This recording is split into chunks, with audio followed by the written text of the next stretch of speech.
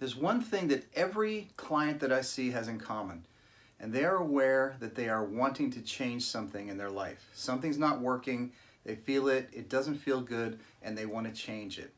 And so beyond that, we can go into all kinds of different variables on what there is to change and what needs to be changed and how to do it.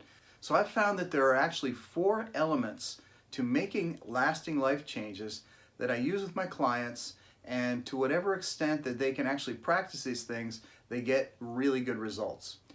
The first element is to be able to connect with your genius. And what I mean by your genius is the innate gifts and callings and predispositions that you have, that you've been born with, that are there waiting for you to step into. The second aspect to changing something for the better and permanently is to be responsible for how you are spending your time. Time is a really precious commodity that we all have in a limited supply, and that element is really important in making any kind of change that you're wanting to make. The third element is to be able to be consistent in your effort to change. We've created bad habits and things that we need to change out of being consistent with them in an unconscious way, and now it's time to change that around and be conscious and consistent in our effort. And the fourth element is to be able to work consciously in a purposive framework to make that change. So a framework in this case would be a therapeutic modality, some kind of process, some kind of collection of tools and techniques so that you can actually know what to do when you are trying in the moment to make something change. And so in this video, we're going to be talking about the first element, and that is connecting with your genius as a way to make lasting life changes. So here's one assumption that we're going to make. We're going to assume that you have somewhere a healthy sense of self, a healthy sense of being, and that is your genius, that is your innate qualities, your innate callings, your innate gifts that are there, that are actually responsible for you being aware that there's something you need to change in the first place. If we didn't have this healthy sense of self somewhere within us, we would be more than happy just to have our life be just like it is. So the question is, how do we begin to connect to our genius? That's a really tough thing. A lot of people talk about genius, and there's not a lot of information on how do you actually do it? How do you actually connect to that thing? How do you connect to your inner calling? How do you connect to your talents, to your gifts?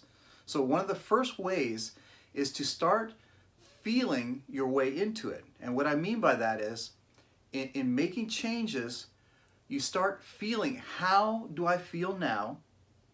How do I know that something's not right? And be very clear about what's not right, what doesn't feel good. An example could be, I can't get out of bed in the morning because I don't care. Okay, that sounds like depression. It sounds like, lack of motivation. It sounds like you're tired. It sounds like a lot of things, but one of the main things is getting clear on what you're feeling. The next step is, how do I want it to feel when I'm in that healthy sense of self? How do I want it to feel when I've made that change? So becoming clear on what you're feeling now, and next becoming clear on what you want to feel like, what that should feel like. And again, we're going to presuppose that this feeling that I want to feel like when the change takes place, when I've changed that part of my life that it isn't working, we're going to assume that that inner state of health is kind of informing that feeling that you're aware of how it's going to be when I change something. So the reason that it's important to learn more about your genius, your particular life callings, and your gifts and your talents and your curiosities and your leanings, the reason that's important is because when you're making changes, you want your changes to be in line with what you already have inside of you, what you were born with, what drives you naturally. A change that happens that's in line with your own genius is going to last. It's going to stay.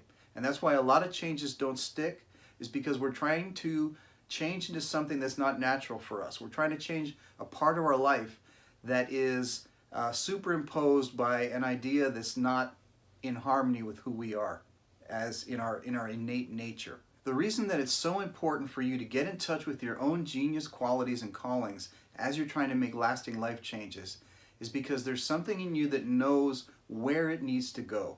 There's something in you that's wanting to express itself as something in particular, and the healing and the natural unfolding of that path, your genius path or your genius way, happens through changing towards that thing. And so, again, how you hone in on it is to see how it feels. How does it feel now? And how will it feel when I make that change? You already know this if you just get in touch with it.